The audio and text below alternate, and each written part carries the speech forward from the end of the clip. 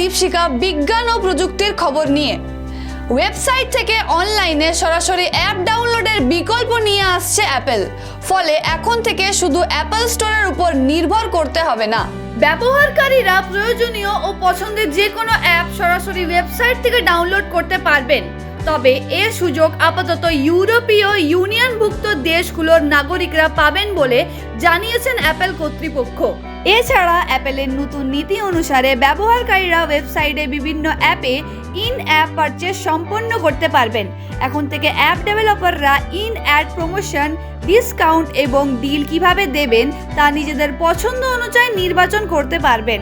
নতুন নিয়ম অনুসারে ডেভেলপাররা তাদের তৈরি অ্যাপ সরাসরি ওয়েবসাইট থেকে বিতরণ করতে পারবেন, যদিও এক্ষেত্রে অ্যাপেলের বেশ কিছু নীতি মেনে চলতে হবে ডেভেলপারদের।